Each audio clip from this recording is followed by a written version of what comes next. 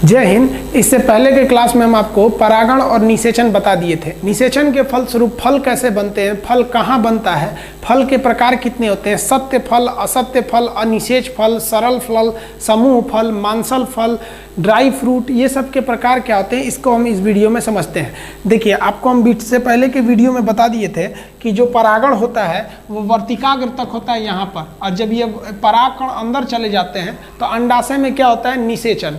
तो निषेचन के फलस्वरूप फल बनते हैं। तो पहला पूछेगा फल कहाँ बनते हैं, अंडाशय में। अब कहेगा कि फल किसे कहते हैं, तो परिपक्व अंडाशय यानी पूरी तरह से मैच्योर अंडाशय को हम क्या कहते हैं, फल कहते हैं।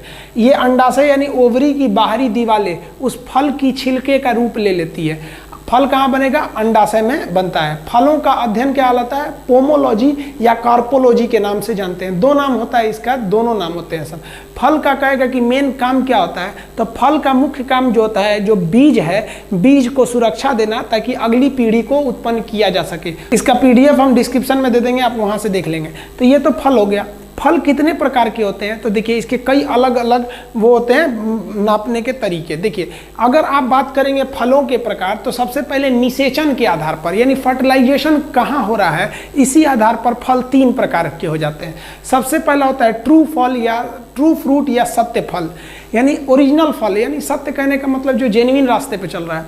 अगर किसी भी फल का निषेचन अंडाशय में होगा तो उसे हम कहेंगे सत्य फल। दुनिया के 95% फलों का निषेचन अंडाशय में ही होता है, तो हम उसे क्या कहते हैं, सत्य फल के नाम से जानते हैं। जैसे आम, जामुन, 90% जितने फल आप देख रहे हैं, 90% फल कहाँ उसके निषेचन होते हैं, अंडाशय में होते हैं। तो इसे हम क्या कहते हैं, सत्य फल। अब बात करते हैं असत्य फल किसे होते हैं। असत्य फल कैसा होता है कि वैसा फल जिसमें परागण के फलस्वरूप परागकण यहाँ तक तो आ जाए, परागकण अंडाशय में भी पहुंच जाए, लेकिन उसके बाद ये फल झड़ के खत्म हो जाए और वह परागकण कहाँ पहुंच जाए, ये इसके अंदर पहुंच जाए, अंडाशय में ना पहुंच के नीचे पुष्पासन यानी थैलेमस में पहुंच जाए। और अगर निषेचन थैलेमस में हो गया तो उसे हम सत्य फल नहीं कहते हैं, असत्य फल कहते हैं, फॉल्स फ्रूट। इसे हम कूट फल भी कहते हैं, असत्य फल या झूठा फल, झूठा नहीं झूठा फल कहते हैं। तो असत्य फल का निषेचन कहाँ होता है, एकदम निचले भाग यानी पुष्पासन में। उसका एग्जाम्पल देखेंगे तो सेब होता है।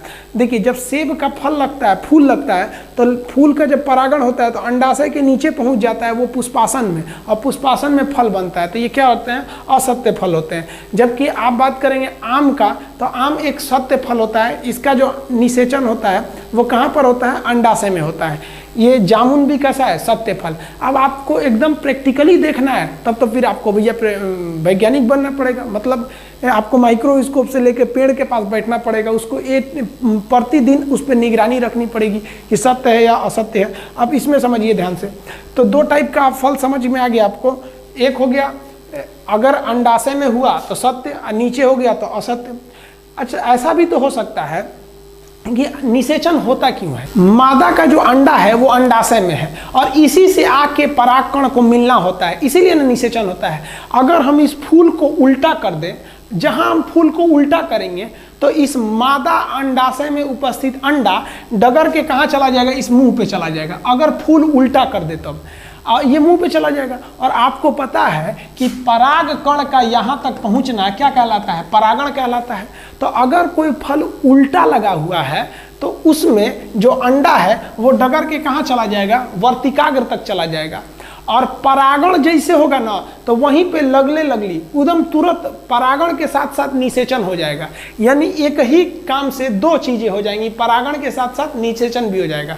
तो ऐसे फल को हम कहते हैं कि भैया इसमें अलग से निषेचन के लिए कोई प्रक्रिया नहीं अपनानी पड़ी, परागण से ही निषेचन संपन्न हो गया और परागण भी संपन्न हो गया। ऐसे फल को हम कहते हैं अनिषेच फल या पार्थेनोकार्पी कहते हैं। इसमें फल उल्टा लगा होता है। जैसे आप केला समझेंगे, केला का फल आप देखेंगे तो केला का फल जो होता है ना, उल्टा लगा होता है। अब देखिए, इसका फल उल्टा लगा होता है और इसमें परागण के साथ साथ ही निषेचन हो जाता है। तो हम लोग फलों को निषेचन के आधार पर कितने भाग में बांट दिए, 3 भाग में बांट दिए। सबसे इंपॉर्टेंट याद रखिएगा, असत्य फल में सेब का पूछता है। सेब कैसा फल है, असत्य फल। अब हम ये समझते हैं बनावट के आधार पर फलों को कितने भाग में बांटेंगे। निर्माण के आधार पर हम फलों को फिर से 3 भाग में बांटते हैं कि फल का निर्माण कैसे होता है। देखिए, सरल फल किसे कहते हैं? वैसा फल सरल फल कहलाता है, सिंपल फ्रूट कहलाता है कि जब एक फूल से एक फल बने तो उसे हम कहते हैं सरल फल, यानी एक फूल से एक फल बनेगा तो सरल फल।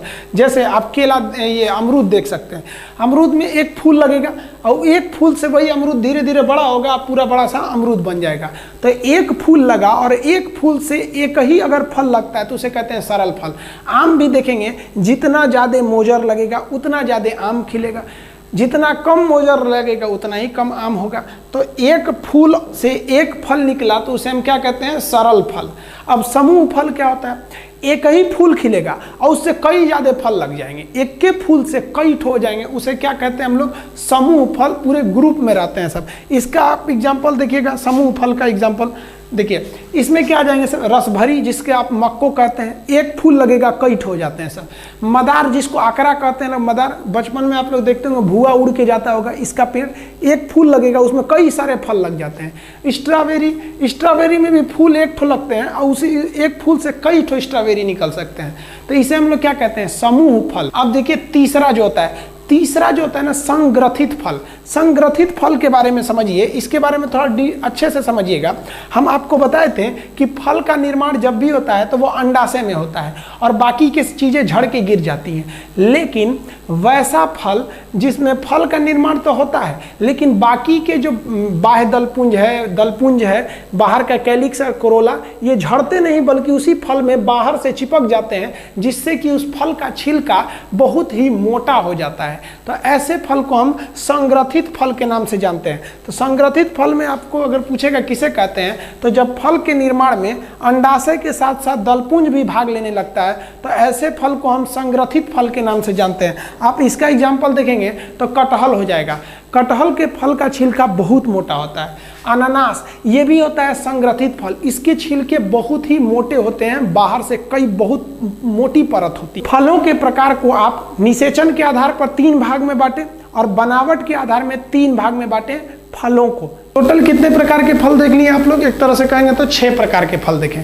अब हम समझते हैं फल के भाग क्या होते हैं, जिसे हम लोग पेरिकार्प कहते हैं। अब पेरिकार्प के आधार पर फल 2 भाग में बटेगा। एक जाएगा फ्लेशी फ्रूट, जिसे हम कहते हैं मांसल फल, और एक होता है ड्राई फ्रूट, जिसे हम कहते हैं शुष्क फल। अब उसको समझते हैं हम लोग। देखिए, अब फल भित्ति क्या होता है? इंग्लिश में फल भित्ति को हम पेरिकार्प कहते हैं, यानी फल के कितने भाग होते हैं? तो पेरिकार्प के 3 भाग होते हैं। देखिए, फल का जो छिलका होता है, छिलका के जस्ट अंदर का भाग, ये छिलका के जस्ट जो छिलका से सटा हुआ भाग है, उसे कहते हैं हम लोग इपिकार्प, जिसे हम कहते हैं बाह्य फल भित्ति। छोटे बच्चों को देखिएगा, आम दे दीजिएगा खाने के लिए तो खाएगा, फिर छिलका पकड़ के इसे चूसेगा, पूरा खींचेगा, दांत से फाड़ देगा छिलके।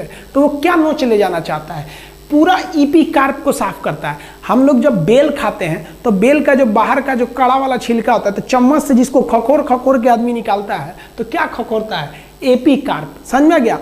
जबकि ज्यादातर फलों का हम लोग क्या खाते हैं? मीसोकार्प, यानी बीच वाला भाग जो छिलका से सटा है आदमी उसको फेंक देता है, और जो गुठली से सटा है उसको भी फेंक देता है, बीच वाला ही खाता है। तो बीच वाले भाग को कहते हैं मेसोकार्प, यानी मध्य फल भित्ति, और जो गुठली से सटा रहता है उसे कहते हैं इंडोकार्प, यानी आंतरिक फल भित्ति। छोटे लड़कों को देखे ना, गुठली लेके चबाते रहता है, पूरा चूसेगा, पूरा गिर जाएगा तो फिर उठा के खा लेगा धो के, तो पूरा गुठली चूसता है। तो गुठली से जो सटा हुआ भाग है उसे कहते हैं इंडोकार्प, बीच वाला भाग है उसे कहते हैं मीजोकार्प, और जो बाहरी भाग है उसे कहते हैं हम लोग इपिकार्प। इन तीनों कार्प को मिला देते हैं तो कहते हैं पेरिकार्प, यानी फल भित्ति। फल भित्ति कितने प्रकार की? 3, बाह्य फल भित्ति, मध्य फल भित्ति, आंतरिक फल भित्ति। इस आधार पर फलों को हम 2 भाग में बांटते हैं। वैसा फल जिसमें ये तीनों भाग आपको दिख जाए या तीनों भाग में अंतर पता चल जाए, उसे हम लोग कहते हैं फ्लेशी फ्रूट, यानी मांसल फल, जैसे अमरूद, केला, आम, ईटीसी। अब कुछ ऐसे फल होते हैं जो सूख के एकदम टटा जाते हैं, एकदम सट जाते हैं, सूख के पता नहीं चलता है ससुरा कौन मीसोकार्प है कौन एंडोकार्प है, उसे हम लोग कहते हैं सूखल फल, एकदम सूख गया है, ड्राई फ्रूट।